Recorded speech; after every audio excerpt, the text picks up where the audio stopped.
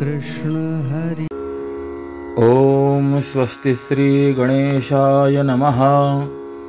ओम श्री सरस्वत्यै नमः। ओम नमः श्री परमहंसास्वादित चरणकमल चिन्मकरन्दाय भक्तजनमानस निवासाय श्रीरामचन्द्राय। योऽन्तः प्रविश्य मम वाचमिमां प्रसुप्तां सञ्जीवयत्यखिलशक्तिधरस्वधाम्ना। अन्यांश्च हस्तचरणश्रवणत्वगादीन् प्राणान्नमो भगवते पुरुषाय तुभ्यं। वंशी विभूषितकरान्नवनीरदाभात् पीताम्बरादरुणबिम्बफलाधरोष्ठात् पूर्णेन्दुसुन्दरमुखादरविन्दनेत्रात् कृष्णात् परं किमपि तत्त्वमहं न जाने। नमामि सद्गुरुं शान्तं सच्चिदानन्दविग्रहं पूर्णब्रह्मपरानन्दमीशमाळन्दिवल्लभम्। ॐ पूर्णमदः पूर्णमिदं पूर्णात् पूर्णमुदच्यते पूर्णस्य पूर्णमादाय पूर्णमेवावशिष्यते। ॐ शान्तिः शान्तिः शान्तिः। पुंडलीकवरदा हरिविठ्ठल श्री ज्ञानदेव तुकाराम पंढरीनाथ भगवान की जय। माऊली ज्ञानेश्वर महाराज की जय। जगद्गुरु श्री तुकाराम महाराज की जय। श्रीमद सच्चिदानंद सद्गुरु श्री स्वामी स्वरूपानंद महाराज की जय। अकारण करुणावरुणालय भगवंताच्या असीम कृपेने समस्त संत मांदियाळीच्या कृपाशीर्वादाने परमपूज्य स्वामीजींच्या कृपाशीर्वादाने श्रीमद अभंग ज्ञानेश्वरी ग्रंथाचं चिंतन करण्याकरता आपण प्रवृत्त झालेलो आहोत आणि प्रथमाध्यायातील प्रथम श्लोकाकडे आज आपण प्रवृत्त होत आहोत। ओम नमो भगवते वासुदेवाय। धृतराष्ट्र उवाच धर्मक्षेत्रे कुरुक्षेत्रे समवेतायुयुत्सवः मामकाः पांडवाश्चैव किमकुर्वत संजय। पुसे धृतराष्ट्र संजया लागोनी मोहित होनी पुत्र प्रेमे। म्हणे सांगे मज जे का धर्मालय तेथे झाले काय कुरुक्षेत्री। आजच्या सत्रापासून आपण प्रथमाध्यायाच्या प्रथम श्लोकापासून पुढील विचार करणार आहोत। भगवत गीता ज्या ठिकाणी निर्माण झाली प्रगट झाली ते स्थान म्हणजे कुरुक्षेत्र आहे आणि या श्रीमद भगवत गीतेचा प्रारंभ हा धृतराष्ट्रांच्या प्रश्नातून आहे। वस्तुतः जर विचार आपण पाहिला तर श्रीमद भगवत गीता असं या ग्रंथाचं असलेलं नाव आहे। स्वतः भगवंताने जे सांगितलेलं आहे जी गायलेली आहे ती श्रीमद भगवत गीता आहे। किंबहुना गीत शब्दाचा अर्थ काय तर त्याचं उत्तर आपल्याला शास्त्रकारांनी असं दिलेलं आहे। प्रपंचामध्ये आलेला दुःखद कटु अनुभव किंवा पारमार्थिक प्रांतामध्ये जीवाला प्राप्त होणारा सुखद अनुकूल अनुभव ह्या दोन्हीही बाजू अर्थात सुखानुभव अथवा दुःखानुभव एका विशिष्ट मर्यादेपर्यंत जीवाला आपल्या अंतःकरणामध्ये दाबून धरणं शक्य होतं, परंतु विशिष्ट मर्यादेनंतर अंतःकरणातलं दुःख असेल किंवा अंतःकरणातलं सुखही असेल ते जीवाला अंतःकरणामध्ये दाबून धरणं शक्य होत नाही आणि मग अशा स्थितीमध्ये ते अंतःकरणातील दुःख त्या त्या व्यक्तीची परवानगी न घेता शब्द रूपाने गेय रूपाने ज्या वेळेला बाहेर पडतं त्यावेळेला त्याला गीत असं म्हणतात. मी उदाहरण आपणास अनेक देईल. उदाहरण भागवत ग्रंथामध्ये भिक्षू गीताचं आहे. एक दरिद्री ब्राह्मण आयुष्यामध्ये दारिद्र्य उपभोगलं आणि त्या दारिद्र्यामुळे निर्माण झालेलं जे दुःख आहे, जो अपमान सहन करावा लागला, ते दुःख एका विशिष्ट मर्यादेपर्यंत त्यांना अंतःकरणामध्ये दाबून धरणं शक्य झालं. परंतु ज्या वेळेला मात्र ते सहन करण्याच्या अथवा दाबून धरण्याच्या पलीकडे गेलं, त्यावेळेला अंतःकरणातील ते दुःख श्लोकरूपाने शब्दरूपाने बाहेर पडलं आणि त्याला भिक्षुगीत असं नाव दिलं गेलं आहे. किंबहुना आपणा सर्वांना माहिती असलेलं आणि प्रसिद्ध चिंतन हे गोपीगीताचं आहे. भागवताच्या दशमस्कंधामध्ये रासलीला प्रकरण आहे. रासपंचाध्यायी असं म्हणतात. तर या रासलीलेच्या आरंभी भगवान श्रीकृष्णांनी कामदेवाचा गर्व हरण करण्याकरता कदंब वृक्षाखाली उभं राहून सुंदर वेणुवादन केलं. संतश्रेष्ठ श्री भानुदास महाराजांची प्रसिद्ध गवळण आहे, वृंदावनी वेणू वेणू कवणाचा माय बाजे, वेणू नादे गोवर्धन गाजे. या गवळणीमध्ये या वेणुनादाचा चराचरावरती होणारा परिणाम काय आहे त्याचं सविस्तर वर्णन आपल्याला पाहायला मिळतं. असो, काही अन्य संतांनी देखील असं वर्णन केलेलं आहे की भगवंताच्या त्या सुंदर मनोहर मुरलीचा ध्वनी ऐकून गोपिकांच्या सर्व क्रिया अव्यवस्थित झाल्या. अर्थात डोळ्यांना लावायचं काजळ त्या ओठांना लावायला लागल्या, ओठांना लावायची मिश्री ह्या डोळ्यांना लावायला लागल्या. असं सर्व त्यांचं अव्यवस्थित वागणं झालं. या मुरली रवाचा परिणाम. आणि कृतसंकेतम नाम समेतम, त्यांना असं जाणवलं की देवाने आपल्याला आपलं नाव घेऊन बोलावलं आहे. आणि म्हणून त्या सर्व गोपिका आपापल्या पतील मुलांना घरदार वगैरे सर्व सोडून त्या वृंदावनामध्ये भगवत समीप आल्या. आलेल्या गोपिकांचं देवाने स्वागत केलं. स्वागतम वो महाभागा प्रियंकिंकरवाणी वहा. आणि स्वागत वगैरे झाल्यानंतर भगवंताने त्या गोपिकांसमवेत यमुना माईच्या वाळवंटामध्ये थोडा विहार केला. आणि असा तो विहार चाललेला असताना त्या गोपिकांच्या अंतःकरणामध्ये आपल्या पारमार्थिक भाग्याचा अभिमान निर्माण झाला. त्या मनात विचार करायला लागल्या, किती भाग्यवान आहोत आपण. कारण योगियांचे ध्यानी ध्याता ना तुडसी, मोठमोठ्या योग्यांना हजारो वर्ष तपश्चर्या करूनही जो स्वप्नातही येत नाही असा परमात्मा आज आपल्या समवेत या व्रजमंडलामध्ये विहार करतोय.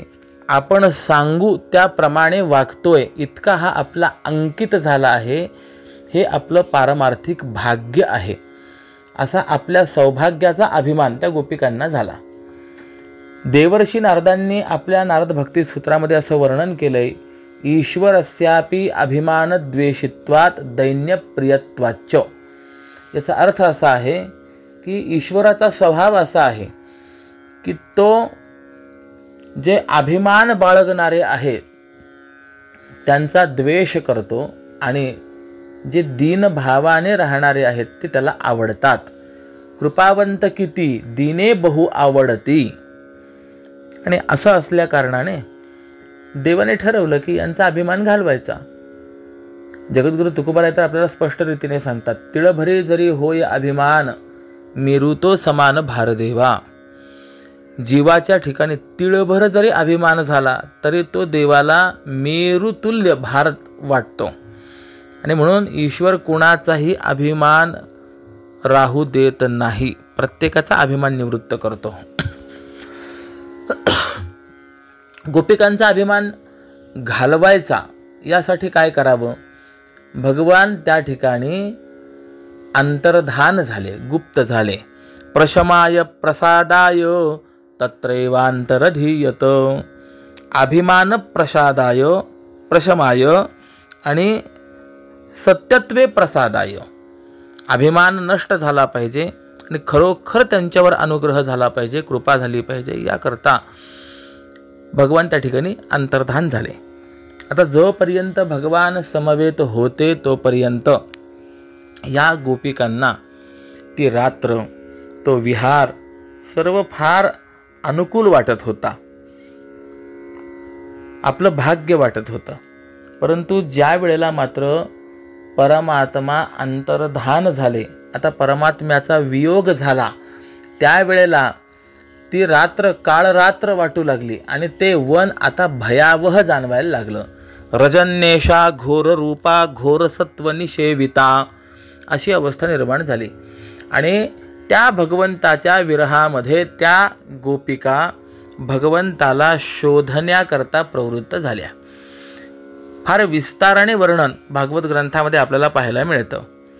त्यांनी दगडांना विचारलं, तुळशीला विचारलं, वेलींना विचारलं, झाडांना विचारलं, सांगा हो आमचा श्यामसुंदर आपण कुठे पाहिला काय हो? आणि या रीतीने देवाच्या विरहामध्ये त्या गोपिका फिरत असताना देवाच्या विरहाचं दुःख त्यांना सहन करणं शक्य होईना अशी परिस्थिती निर्माण झाली. आणि ज्या वेळेला ते अंतःकरणामध्ये भगवत विरहाचं दुःख या गोपिकांना दाबून धरणं शक्य झालं नाही, त्यावेळेला ते दुःख जे गेय स्वरूपामध्ये बाहेर प्रगट झालं, किंबहुना त्या गोपिकांची परवानगी न घेता ते बाहेर प्रगट झालं, अशी स्थिती ज्या वेळेला झाली त्यालाच गोपी गीत असं म्हटलं गेलेलं आहे. म्हणजे बघा, भगवंताचा विरह झाला, त्या विरहाचं दुःख काही काळपर्यंत त्यांना आपल्या अंतःकरणामध्ये दाबून धरणं शक्य झालं, परंतु विशिष्ट मर्यादेनंतर मात्र त्यांना ते दुःख अंतःकरणामध्ये दाबून धरणं शक्य झालं नाही आणि गेय स्वरूपामध्ये बाहेर पडलं, गोपीगीत झालं. भिक्षुगीताचाही विचार असाच. त्याप्रमाणे बऱ्याच वेळेला असं होत असतं की परमार्थामध्ये सुखद अनुभव येतो, तो सुखाचा अनुभव सुद्धा एका विशिष्ट मर्यादेपर्यंतच आपल्या अंतःकरणामध्ये दाबून धरता येतो. परंतु एक वेळ अशी येते की तो अनुभव, सुखद अनुभव अंतःकरणामध्ये दाबून धरणं शक्य होत नाही. जसं वर्णन आहे की कमळ जोपर्यंत कळी स्वरूपामध्ये आहे तोपर्यंत आपल्या ठिकाणी असलेला जो आमोद आहे तो ते कमळ दाबून धरू शकतं, परंतु एकदा का कमळ उमललं की त्यानंतर आपल्या ठिकाणी असलेला सुगंध ते कमळ दाबून धरू शकत नाही. दे राया रंका पारणे आमोदाचे, मग समोरचा राजा असो की रंक असो, त्या सर्वांना त्या आमोदाचा आनंद उपलब्ध होत असतो. म्हणजे कमळ देखील विशिष्ट मर्यादेपर्यंतच आपला पराग, आपला आमोद राखून ठेवू शकतं, दाबून धरू शकतं. त्याप्रमाणे ह्या परमार्थामध्ये आलेला सुखद अनुभव सुद्धा विशिष्ट मर्यादेपर्यंत राखून धरता येतो आणि त्यानंतर मात्र तो उत्स्फूर्त रीतीने बाहेर पडतो. त्यावेळेस त्याला सुद्धा गीत असं म्हणतात.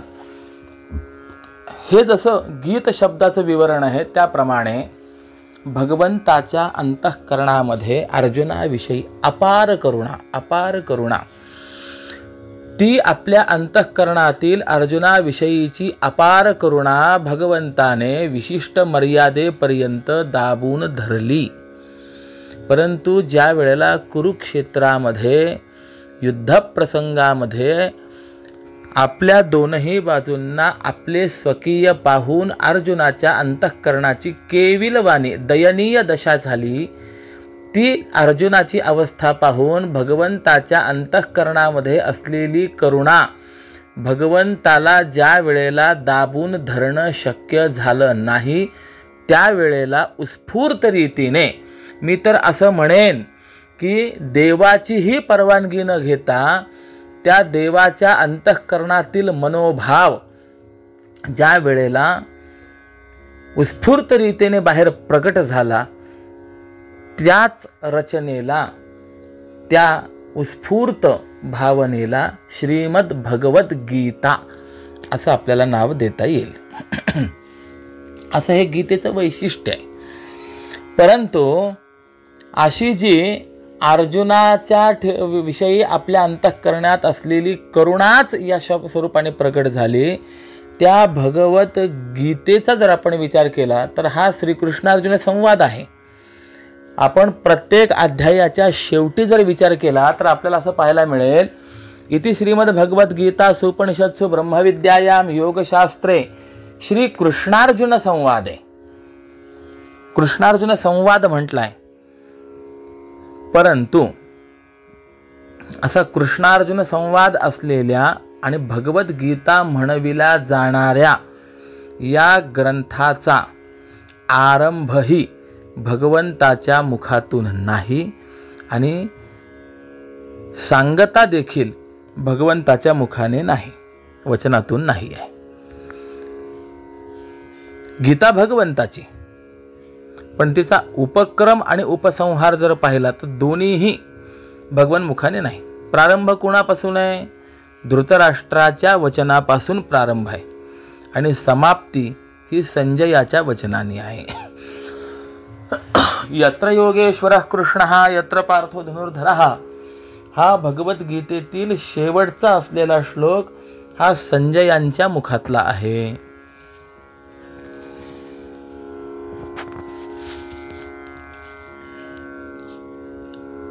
आणि मध्ये असलेलं जे काही एकंदरीत चिंतन आहे त्यामध्ये भगवंताचे काही विचार आहेत. म्हणजे भगवत विचार प्रकट होण्याकरता त्यापूर्वीचाही विचार हा फार महत्त्वाचा आहे.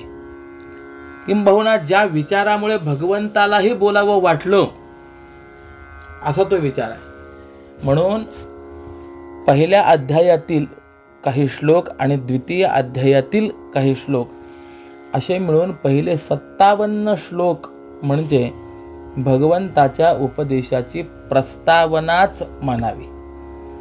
बरं, याच्या पलीकडे याही संवादामध्ये संजय हा विशेषत्वाने अधिक बोलतो, अर्जुन अधूनमधून बोलतो आणि धृतराष्ट्र हे पूर्ण भगवद्गीतेमध्ये फक्त एक वेळेला बोलतात. आणि भगवंताचा जर विचार केला तर भगवान अर्जुनाला आत्मकल्याण प्राप्ती करता किंवा आत्मकल्याण प्राप्तीचा विचार सांगण्याकरता काही चिंतन सांगण्याकरता प्रवृत्त होतात. अशी या भगवद्गीतेची मजा आहे.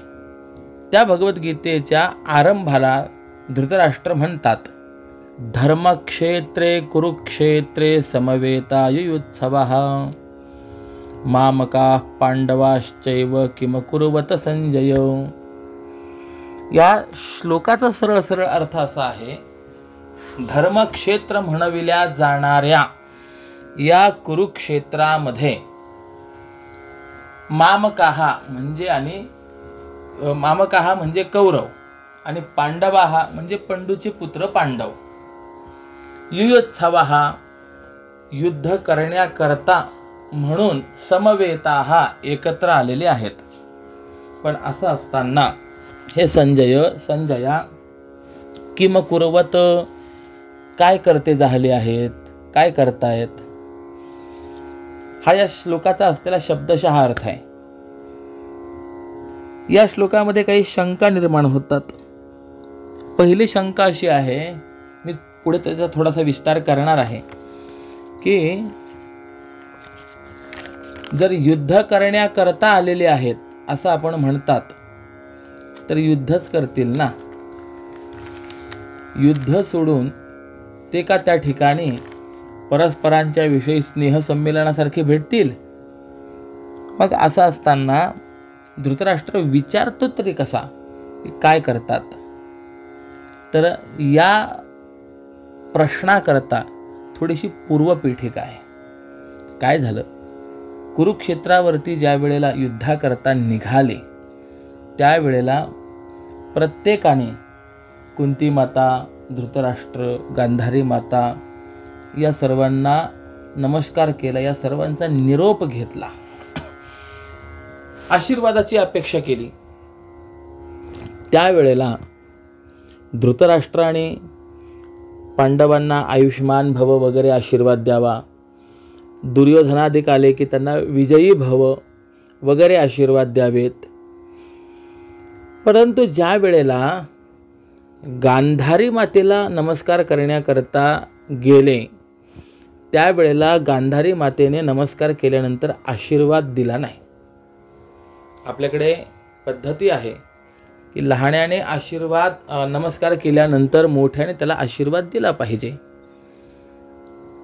पण गांधारी मातेने मात्र कुणालाही आशीर्वाद दिला नाही. ती कौरवांना आणि पांडवांना दोघांनाही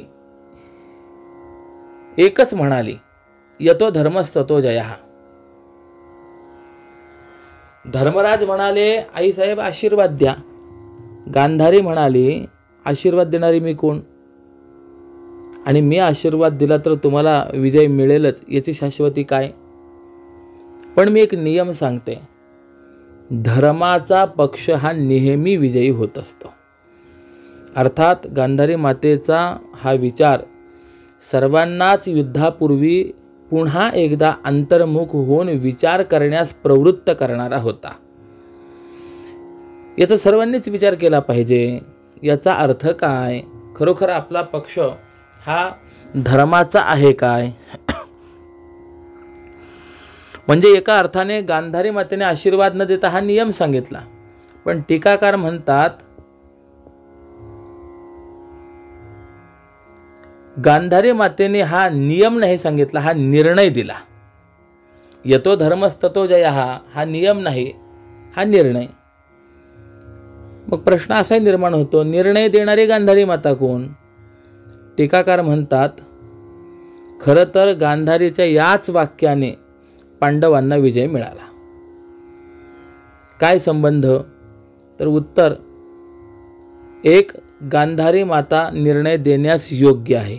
त्यानंतर 2, तिच्या मुखातनं निर्माण झालेला किंवा बाहेर पडलेला शब्द हा निर्णयात्मक आहे. असं का, त्याचं कारण ती महान पतिव्रत आहे. आणि 3, यतो धर्मस्ततो जयः याचा अर्थ जिथे धर्म म्हणजे भगवान श्रीकृष्ण आहे त्या बाजूलाच विजय प्राप्त होणार. देवाचं वर्णन करत असताना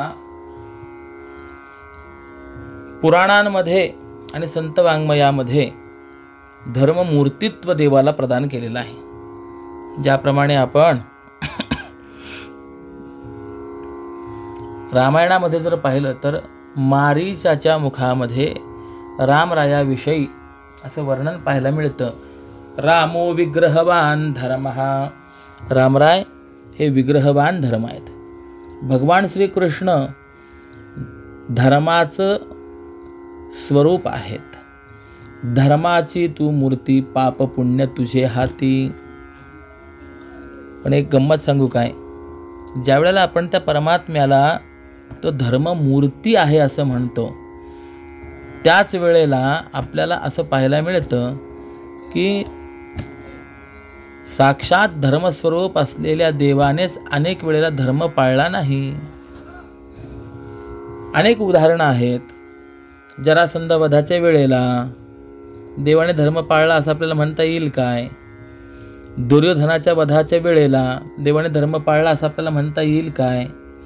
गदा युद्धाचा नियम जर पाहिला तर कमरेखाली वार करायचा नसतो, हा गदा युद्धाचा नियम आहे. परंतु भगवंताने मात्र भीमदादांना मांडीवर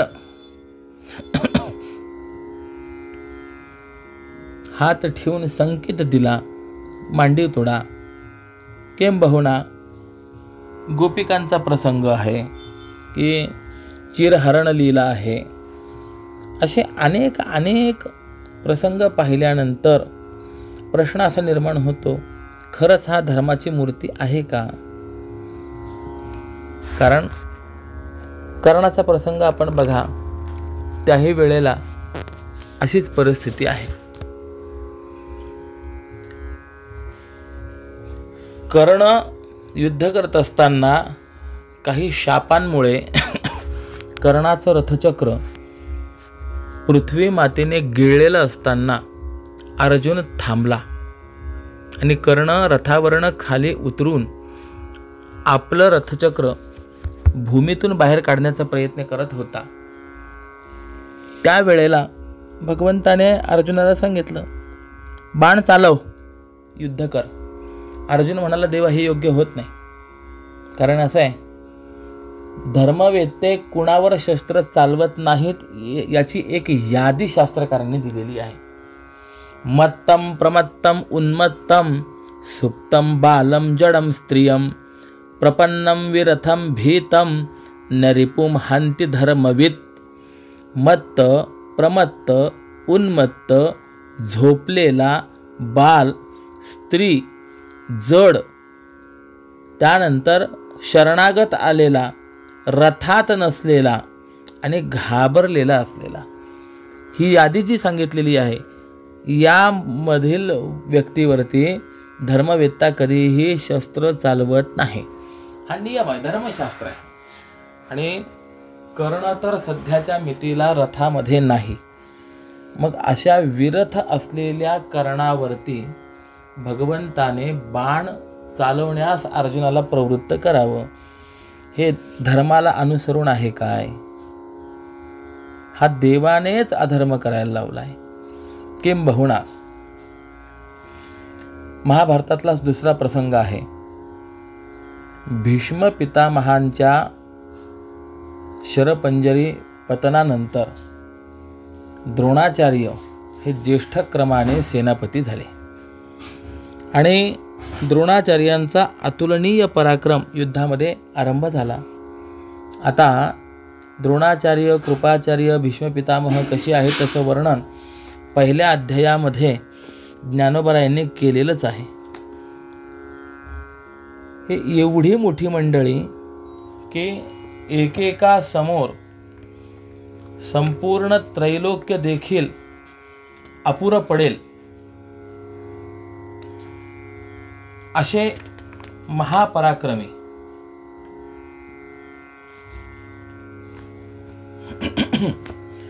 आणि अशी ती द्रोणाचार्य युद्ध करत असताना पांडवांना जाणवलं आता आपल्याला विजय प्राप्त होणं हे अशक्यच.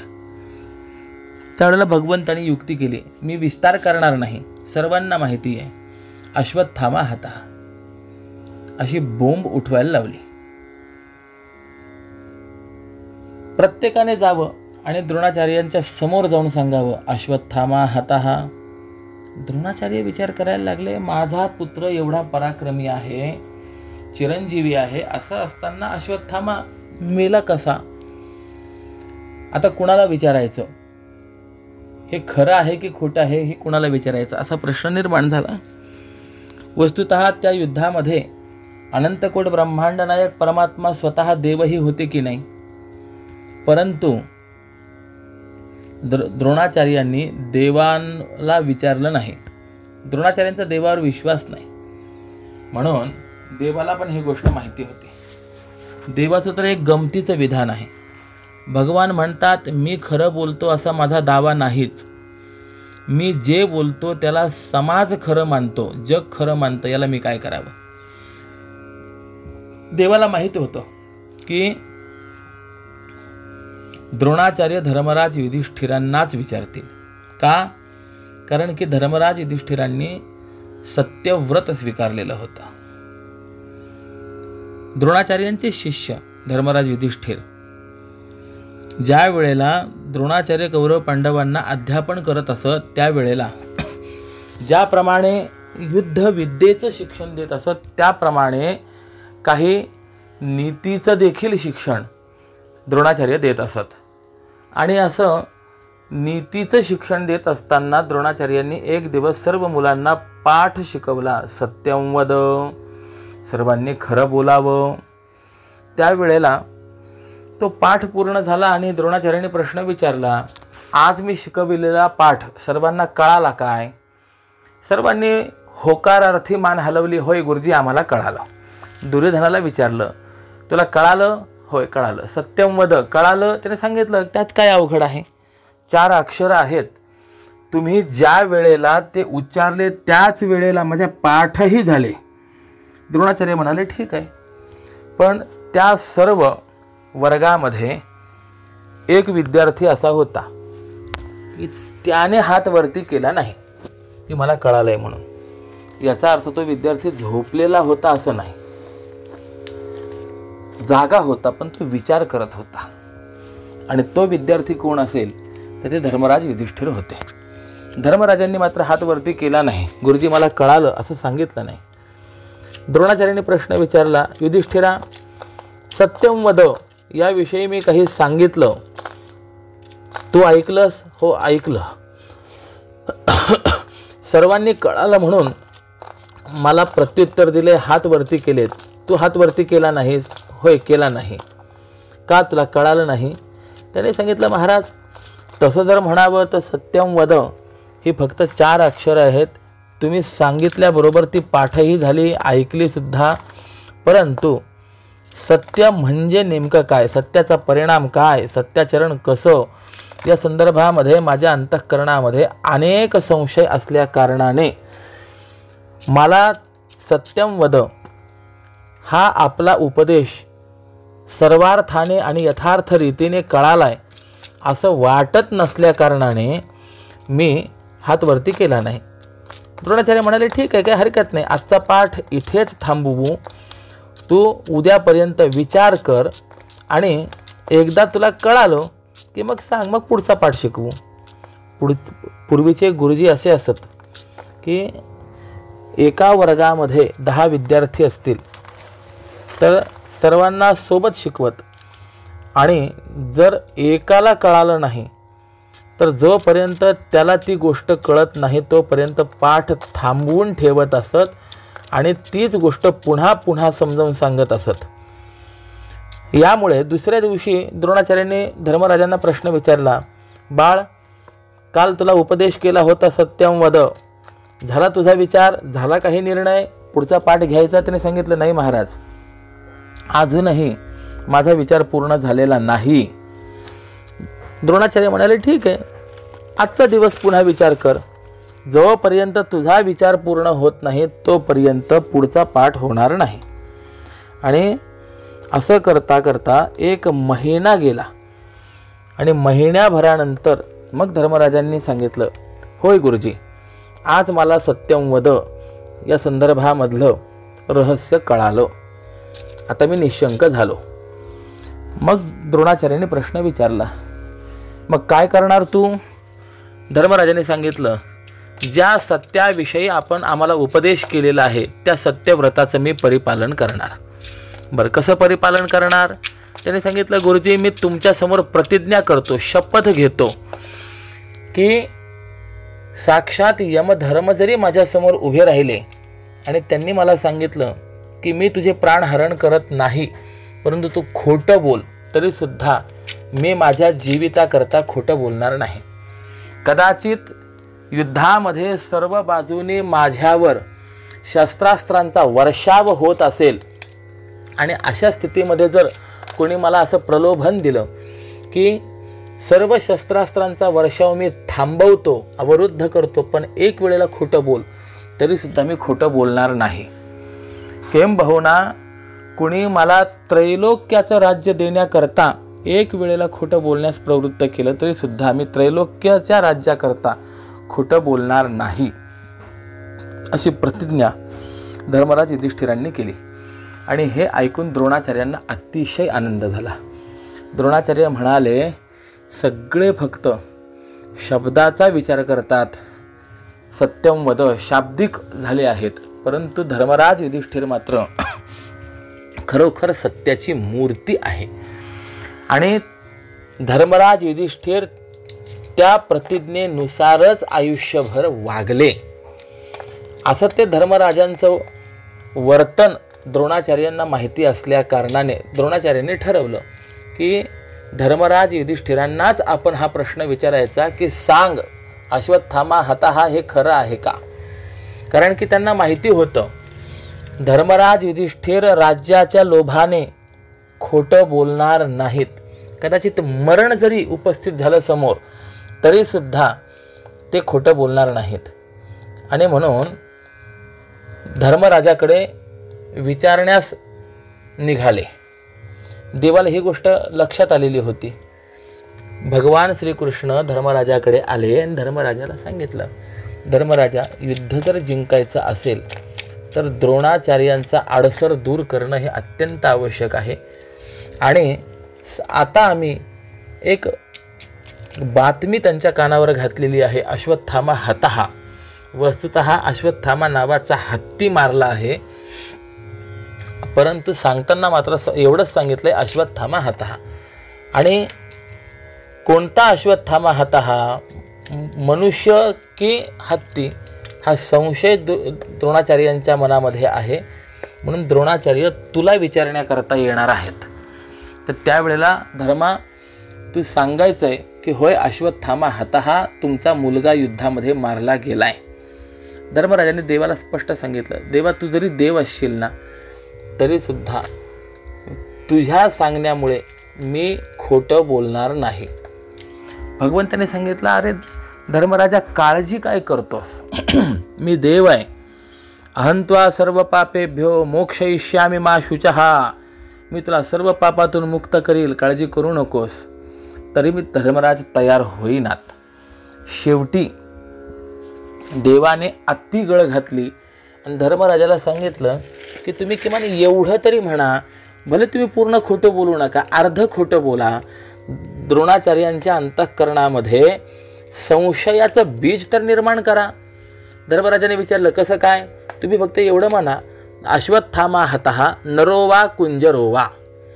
हत्ती की मनुष्य तेवढं मला माहिती नाही, पण अश्वत्थामा मारला एवढं मात्र खरं आहे.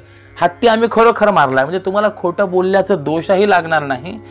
पण द्रोणाचार्यांच्या अंतःकरणात संशयाचं बीज जरी निर्माण झालं तरी ते शस्त्रसन्यास करतील. आणि त्यांनी शस्त्रसन्यास केला की आपल्या विजयाचा मार्ग सुकर होईल.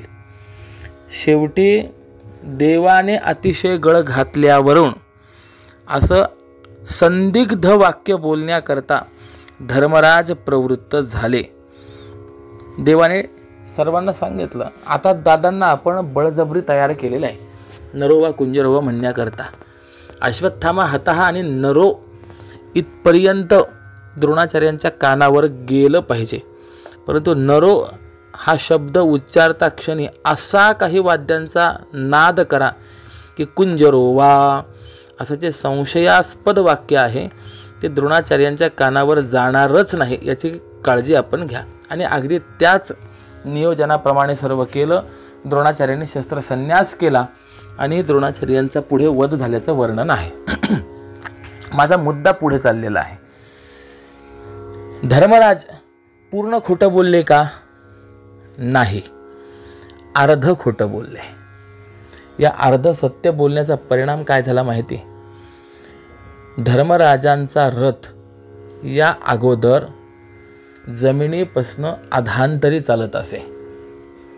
परंतु ज्या वेळेला असं आयुष्यात एक वेळेला अर्ध सत्य बोलले त्याचा परिणाम धर्मराजांचा रथ हा जमिनीमध्ये धसून चालायला लागला. विचार करा, आयुष्यात एकदा खोटं बोलले तर धर्मराजांचा रथ जमिनीला टेकला. ज्या वेळेला महाभारतातलं मी हे चिंतन वाचलं आणि विचार केला त्यावेळेला आमच्या गाड्या वारंवार पंक्चर का होतात त्याचं उत्तर मला मिळालं. असो, गमतीचा भाग सोडा. परंतु या धर्मराजाला अर्धसत्य का होईना बोलण्याकरता प्रवृत्त कोणी केलं? हो, देवाने प्रवृत्त केलं. मग मला आता प्रश्न विचारायचा आहे की धर्माने वागणाऱ्या धर्मराजाला अधर्माने वागायला लावलं, असे जर भगवान श्रीकृष्ण असतील तर त्यांना धर्माची तू मूर्ती, धर्ममूर्ती म्हणायचं का, हा प्रश्न निर्माण होतो. तर त्याचं एकच आपल्याला उत्तर देता येईल की भगवान श्रीकृष्ण जे वागतात तोच धर्म आहे, तोच धर्म ठरतो.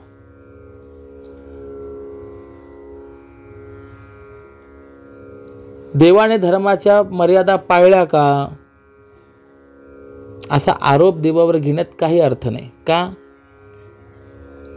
कारण भगवंताने धर्म पाळला नाही यातच देवाचं कौतुक आहे. का?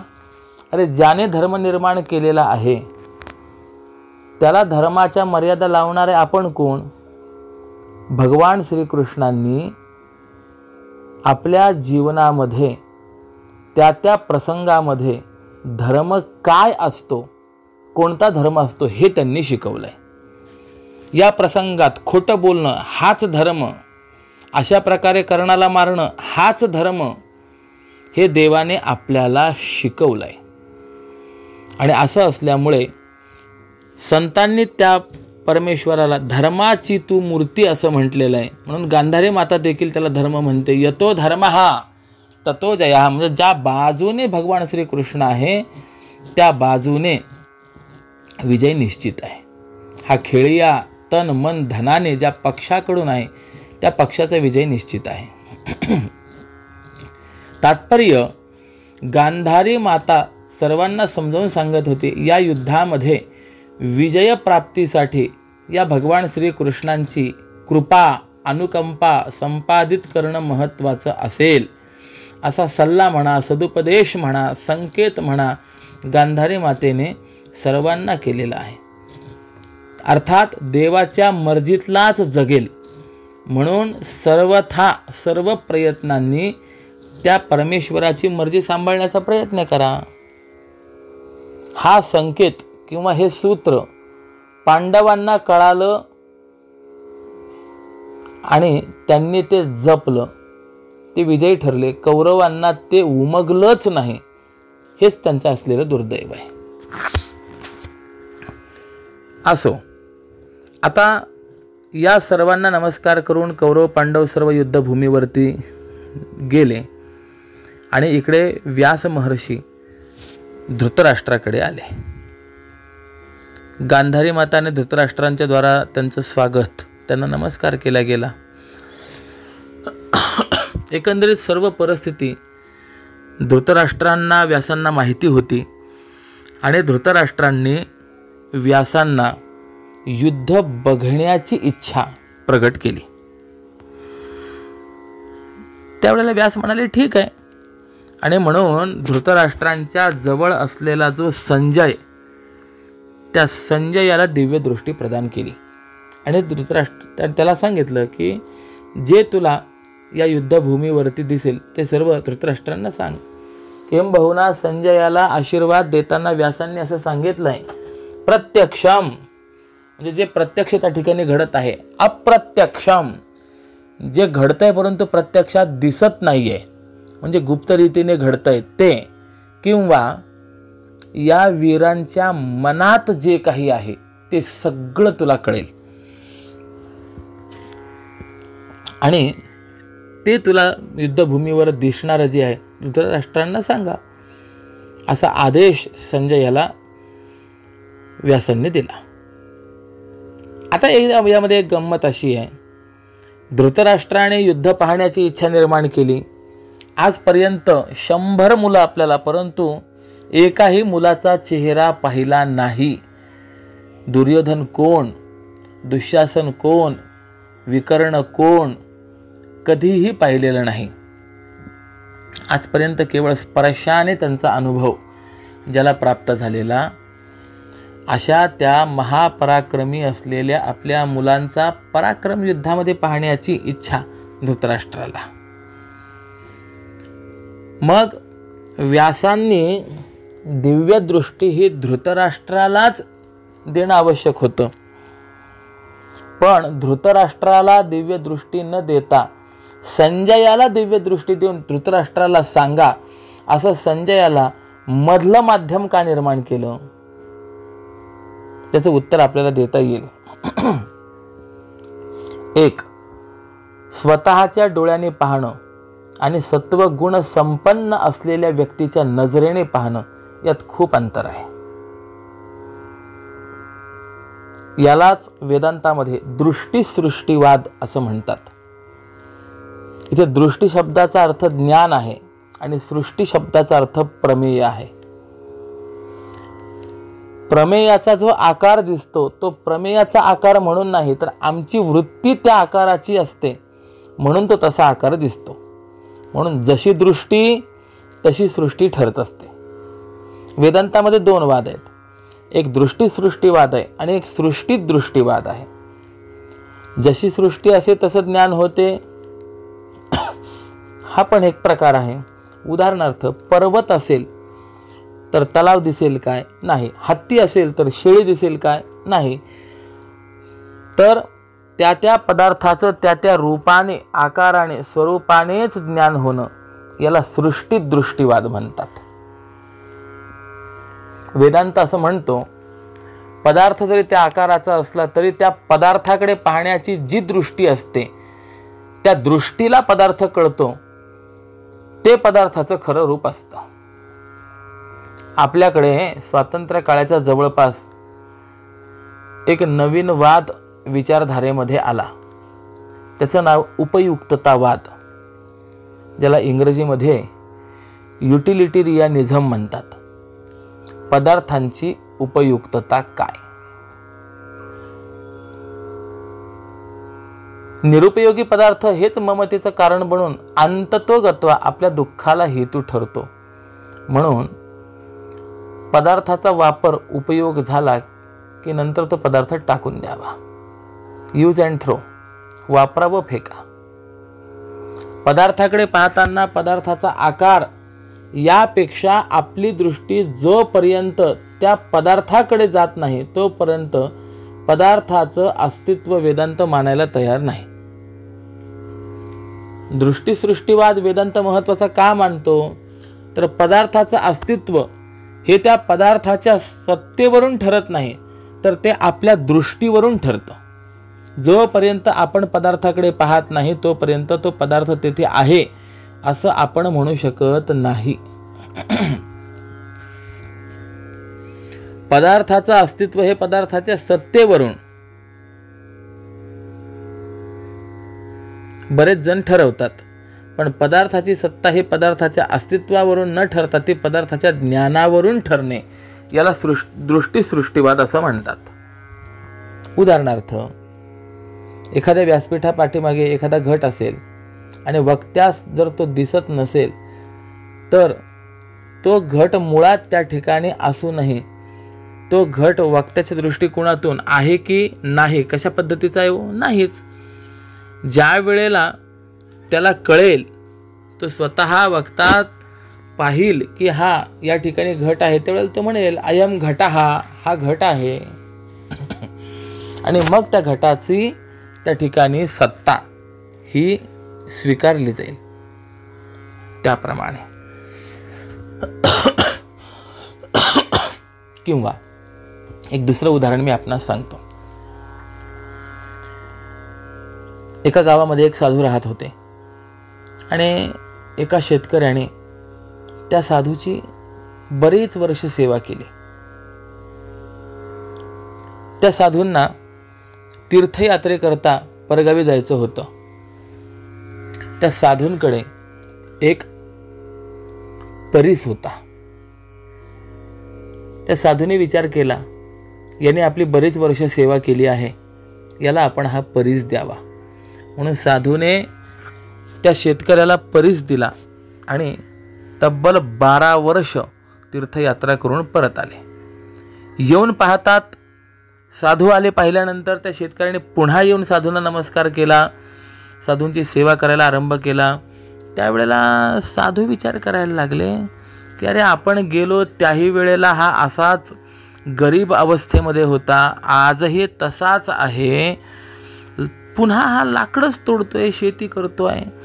त्याला प्रश्न विचारला, अरे मी ज्यावेळेला तीर्थयात्रेला गेलो त्यावेळेला मी तुला एक दगड देऊन गेलो होतो, काय केलं त्या दगडाचं?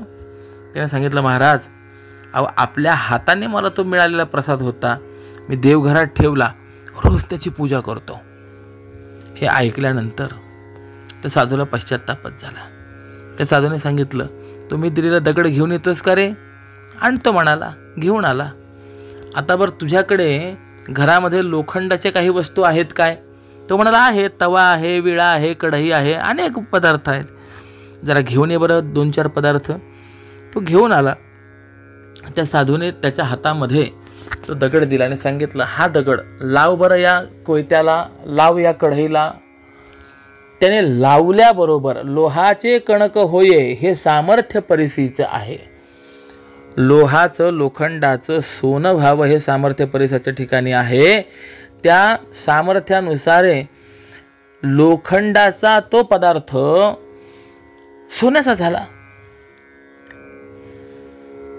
हे पाहिलं आणि शेतकरी आश्चर्यचकित झाला. साधूने सांगितलं, वेड्या, अरे तुला मी साधा दगड दिला नव्हता, मग तुला मी परीस दिला होता. 12 वर्ष तुझ्याकडे परीस, वाटेल तेवढं तुला श्रीमंत होता आलं असतं. शेतकऱ्याला त्यावेळेला पश्चात्ताप झाला. तो म्हणाला, बरोबर आहे, परंतु हा परीस आहे याचं मला ज्ञानच नव्हतं, त्यामुळे मिळाला परंतु कळाला नाही, उपयोग करून घेता आला नाही. अर्थ काय कळाला? केवळ अस्तित्वाने पदार्थ सत्ता ही सिद्ध होत नाही, तर ती सत्ता ज्ञानाने सिद्ध होते. आपला मुद्दा काय चाललाय? संजयाला दिव्य दृष्टी दिली, धृतराष्ट्राला का नाही? तर त्याचं उत्तर देताना दृष्टी सृष्टीवाद ही एक विचारधारा आहे. पदार्थाकडे पाहताना माझी वृत्ती काय आहे यावरून तो पदार्थ सिद्ध होत असतो, त्या पदार्थाचं भान होतं. आपण श्रोते वक्ते एकमेकांकडे पाहतो, प्रत्येकाची दृष्टी एकच आहे का? नाही. भौतिकशास्त्राचा विचार करा. घराची प्रतिकृती काढली व ती अनेक बाजूंनी पाहिली तर वेगवेगळी दिसते. उदाहरणार्थ 4 आंधळ्यांनी एक हत्ती चाफून पाहिला, कसा दिसला, कसा जाणवला असं विचारलं तर प्रत्येकाचा अनुभव भिन्न. कोणी म्हणालं खांबासारखा आहे, त्याने हत्तीचा पाय हातात घेऊन पाहिला होता. म्हणजे ज्याला ज्याला जसं जसं जाणवलं, भासलं, तसं तसं तो सांगतो की नाही. का? कारण की त्याची दृष्टीच तेवढी, अधिकारच तेवढा. म्हणून प्रत्येकाची जशी भूमिका असेल त्याप्रमाणे त्याला दर्शन होत असतं. उदाहरणार्थ मथुरेमध्ये मल्लयुद्धाच्या वेळेला रंगमंचावर गेलेले भगवान श्रीकृष्ण प्रत्येकाला आपापल्या भूमिकेप्रमाणे वेगवेगळे दिसले. मल्लानाम शनिर्नृणाम नरवर स्त्रीणाम स्मरो मूर्तिमान. जे मल्ल होते त्यांना साक्षात वज्र जाणवले भगवान श्रीकृष्ण. जे माणसं होती त्यांना मनुष्य श्रेष्ठ नरवर जाणवले. ज्या स्त्रिया त्या ठिकाणी होत्या त्यांना भगवान श्रीकृष्ण साक्षात कामदेव जाणवले. मृत्युर भोजपते विराट दविष्टाम तत्व परम योगिनाम. जो कंस होता त्याला भगवान श्रीकृष्ण साक्षात मृत्यू जाणवत होते. जे योगी होते त्यांना ते परम तत्व जाणवत होते. अर्थात जाकी रही भावना जैसी प्रभु मूरत देखी तिन तैसी. ज्याची जशी भावना तशी त्याला त्या देवाचं स्वरूप जाणवतं. दुसरं उदाहरण मी याकरता आपणास सांगतो. साहित्यामध्ये एक वाक्य आहे, गतोस्तम अर्कहा. साध वाक्य.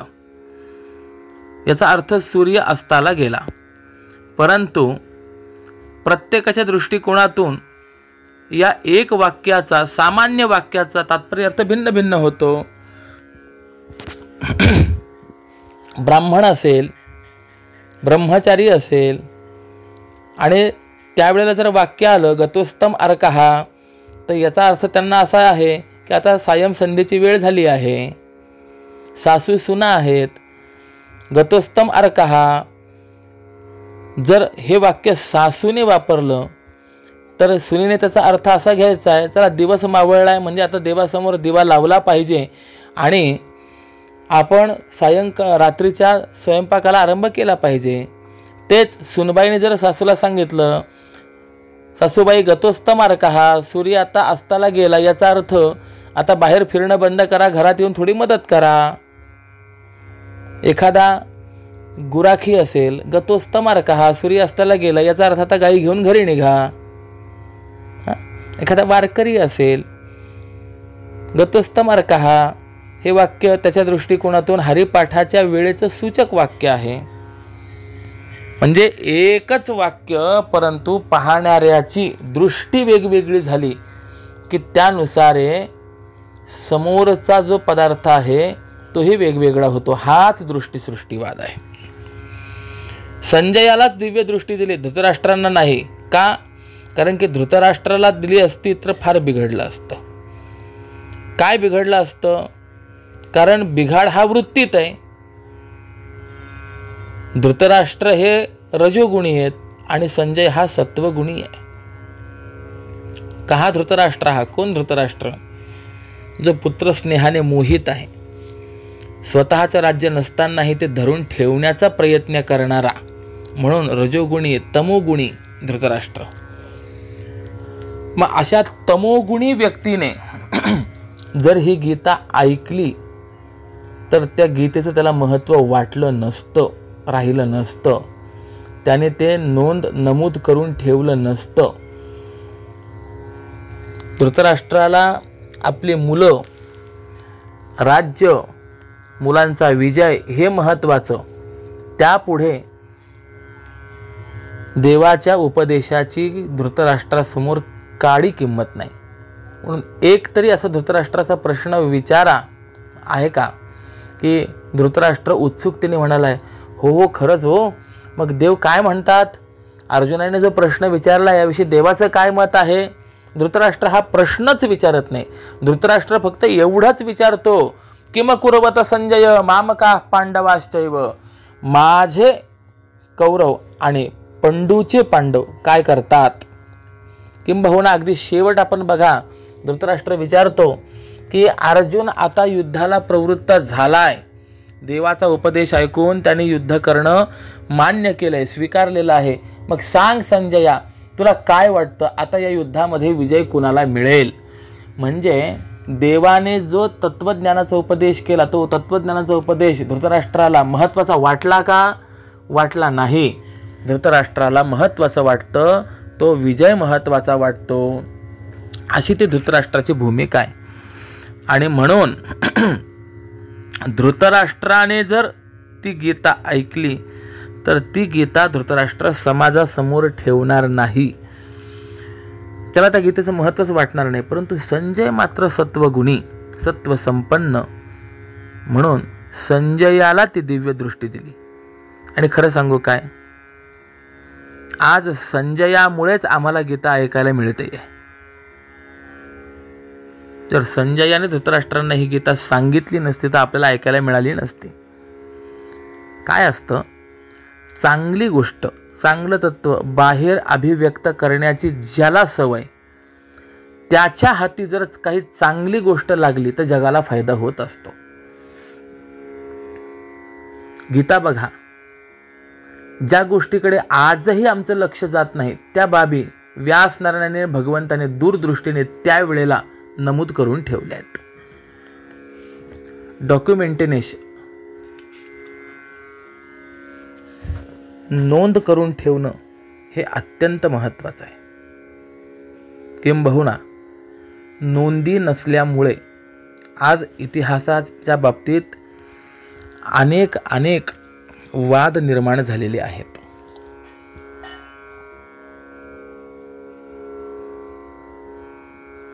ही नोंद संजय करू शकतो, म्हणून व्यासांनी दिव्य दृष्टी ही संजय यांना दिलेली आहे. आणि म्हणूनच संजयाचंही वैभव आहे, कौतुक आहे. संपूर्ण महाभारताचं सार भगवद्गीतेमध्ये आणि संपूर्ण भगवद्गीतेचं अर्थात पूर्ण महाभारताचं सार एका श्लोकामध्ये आहे. यत्र योगेश्वरः कृष्णः हा शेवटचा जो श्लोक आहे हा सामान्य श्लोक नाही. मौलींनी वर्णन केले, एवं भारताचा आवाका आणून या श्लोका एका संजय कुरुनायका दिधला हाती. पूर्ण महाभारताच्या 1,00,000 श्लोकांचं सार हा श्लोक आहे. आणि असं एक श्लोकात संपूर्ण महाभारताचं सार आणून सांगण्याचं सामर्थ्य संजयाच्या ठिकाणी, म्हणून व्यासांनी दिव्यदृष्टी संजयांना दिली, धृतराष्ट्रांना दिलेली नाही आहे. बरं, का धृतराष्ट्राला दिली नाही या संदर्भामध्ये आणखी एक कारण आहे, त्याचा विचार पुढील सत्रामध्ये. पुंडलिक वरदा हरी विठ्ठल श्री ज्ञानदेव तुकाराम पंढरीनाथ भगवान की जय. माऊली ज्ञानेश्वर महाराज की जय. जगद्गुरु श्री तुकाराम महाराज की जय. श्रीमद सच्चिदानंद सद्गुरु श्री स्वामी स्वरूपानंद महाराज की जय. पुंडलिक वरदा हरी विठ्ठल श्री ज्ञानदेव तुकाराम पंढरीनाथ भगवान की जय.